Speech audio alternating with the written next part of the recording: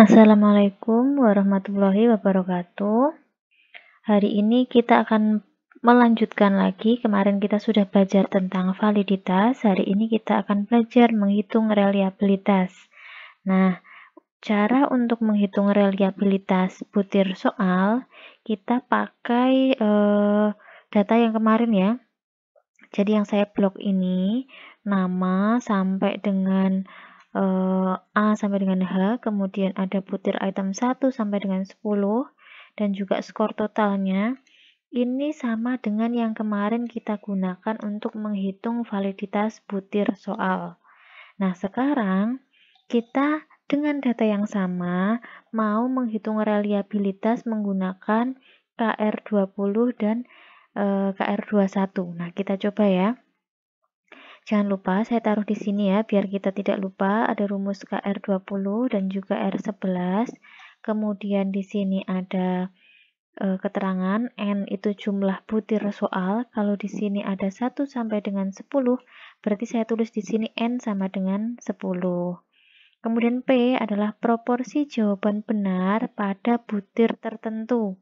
Butir tertentu ya kalau nomor 1 ya berarti proporsi jawaban menjawab benar pada nomor 1. Nomor 2 ya sama ya. Kemudian untuk Q sendiri, kalau kita sudah tahu P-nya, Q ini adalah proporsi jawaban salah pada butir tertentu. Nah, berarti kalau kita sudah tahu P-nya, Q-nya itu tinggal 1 kita kurangi P. Kemudian S kuadrat adalah varian skor total. Oke, data yang kita butuhkan adalah jumlah. Jumlah pakai ini ya. Sum. Nah, kalau di sini karena di sini sebentar. Salah ya. Oke. Nah, karena di sini maaf kepencet. Nah, karena di sini saya sumnya itu jumlah ya tinggal pakai sum ya. Misalkan di sini. Di sini berarti ya sum karena yang mau saya jumlahkan adalah kolom 3C. Di sini saya tulis sama dengan sum C5 sampai dengan C12. Karena yang mau saya jumlahkan ini nomor 1. Berarti nomor satunya itu dari kolom C nomor baris 5 sampai dengan C baris ke-12. Jadi C.2 C12 kita enter. Kemudian caranya yang sini sama, berarti di sini bukan C tapi kolomnya D. D5 sampai D12. Kemudian untuk yang ini sebelahnya sama.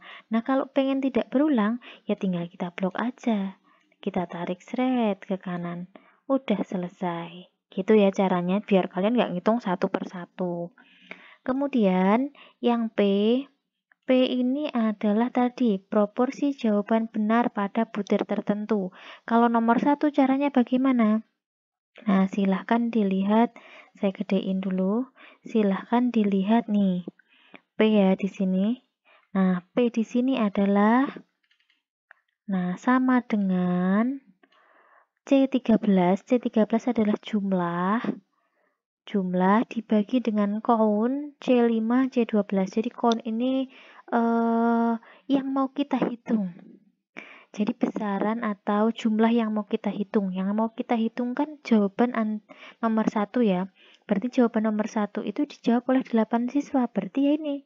Soal nomor 1 itu berarti kolom C baris 5 sampai dengan baris 12. Berarti di sini sama dengan C13. C13 tadi adalah jumlah. Ini jumlah soal nomor 1 dibagi dalam kurung count. Persis kayak ini ya tulisannya. Nah, untuk kolomnya silahkan diikuti kolom di Excel masing-masing. C5, titik 2, C12.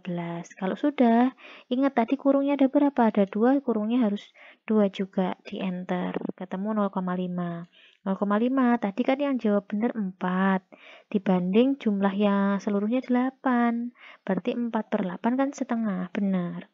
Kemudian ini sama ya. Caranya sama dengan D13 itu adalah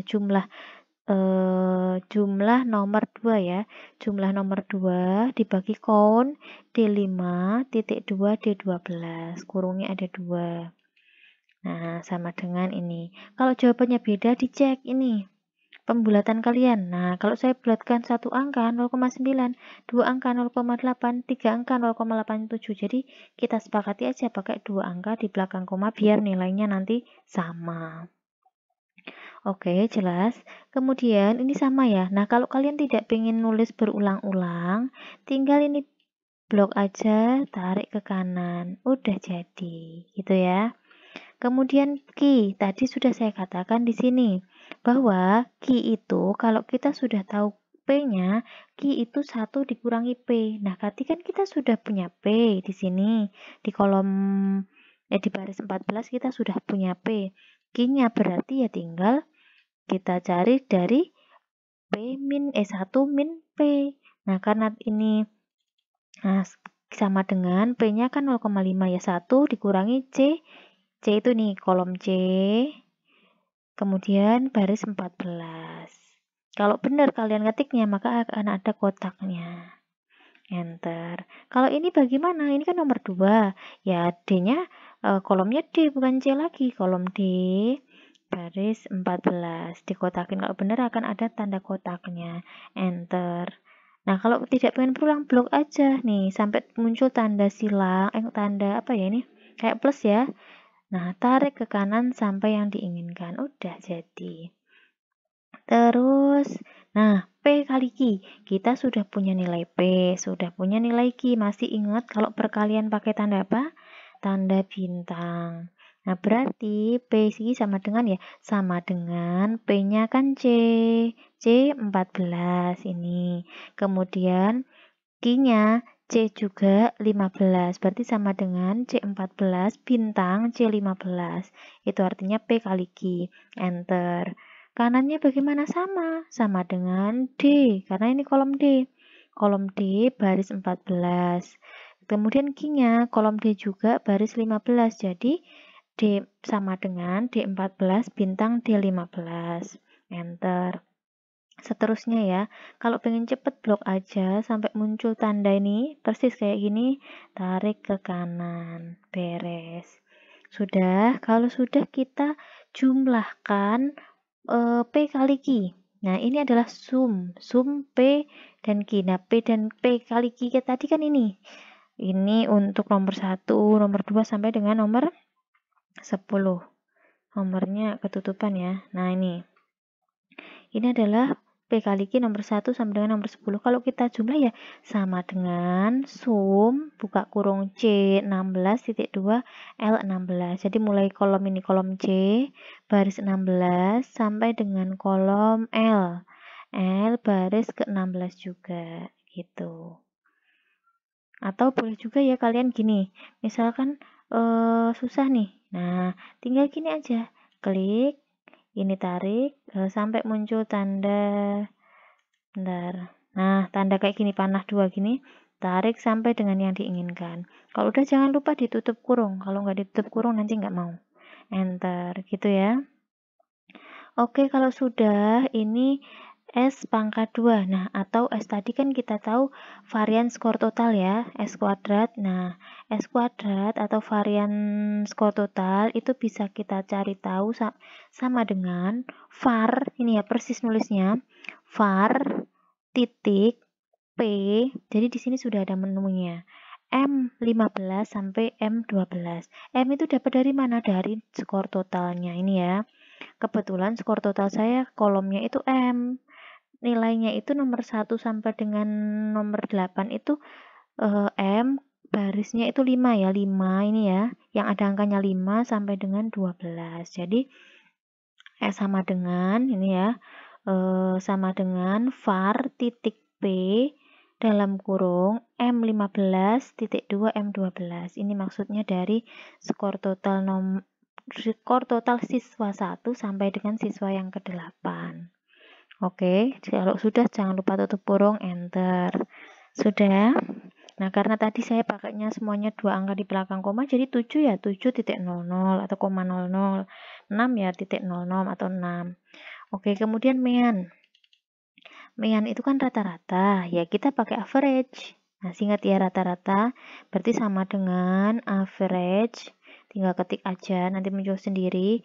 Nah, rata-rata dari siapa? Dari skor total juga ini. Kita sudah punya skor total tadi, yaitu M, barisnya saya 5, sampai dengan M juga kolomnya, barisnya 12. Jadi kalau benar akan muncul kotaknya kayak gini ya. Oh, berarti ini yang mau kita hitung, nih yang kita tandai tadi yang ada kotaknya ini. Oke, kalau sudah, jangan lupa di tutup kurung kemudian di enter. Jadi mean itu sama saja dengan average atau rata-rata dari skor total masing-masing siswa. Kalau sudah, nah N tadi kan jumlah butir soal di sini ya. Jumlah butir soalnya tadi ada 1, 2, 3, 4 sampai dengan 10. Berarti butir soalnya ada 10 atau N-nya sama dengan di sini saya tulis 10. Kalau sudah, kita sudah punya semua. Kita tinggal ngitung KR20. Nah, KR20 tadi, nah gini aja, ini saya taruh di bawah ya, biar kelihatan. Nah, tadi kita sudah punya P kali Q, kemudian sigma PQ, kemudian N juga sudah ada, S kuadrat ada. Nah, kita sudah punya semua yang kita butuhkan. Jadi masukkan ke rumusan aja, rumusnya kan ini. Berarti di sini sama dengan C20. C20 itu apa? C20 ini C ini kolomnya 20 berarti jumlah, berarti N. N saya masukkan di sini C20 itu adalah N dibagi per di sini diganti dengan slice atau garis miring. Dibagi N-1. Nah, harus dikurung ya. Dikurung buka kurung. N tadi kan C20. Ini saya tulis lagi C20 min 1 tutup kurung. Kemudian ini kan kurungnya jadi 1. Berarti dari mulai sini sampai sini harus dikurung. Jadi kurungnya ada 2 ya, harus sama persis. Kemudian ini kan tanda, meskipun tidak ada tandanya, itu hasilnya perkalian. Jadi di sini saya harus kasih tanda perkalian. Perkalian itu kalau di Excel menggunakan tanda bintang. Nah, kasih bintang. Ini bukan simbol, tapi kalian ngetiknya shift dan angka 8 ya. Diklik shift, kemudian angka 8. Kemudian kalau sudah, buka kurung lagi. Apa yang kita butuhkan? Oh, yang kita butuhkan adalah S kuadrat min sigma PQ. Nah, buka kurungnya ada 2, karena nanti harus mengkurung total ini sama kurung yang atas saja. Nah, buka kurung lagi, C18. C18 itu adalah S kuadrat tadi, karena di sini rumusnya S kuadrat. Nah, jadi C18 dikurangi C17. C17 adalah ini, sigma PQ, karena rumusnya min sigma PQ. Dibagi dibagi C18 lagi, karena dibagi S kuadrat. Nah, kemudian dibagi itu pakai tanda slice atau apa ini, garis miring ya. Kemudian jangan lupa ini tutup kurung di sini. Kemudian di sini tutup kurung lagi. Kalau sudah, tinggal enter, ketemu nilainya. KR20-nya 0,784. Nah, nanti tinggal dibandingkan dengan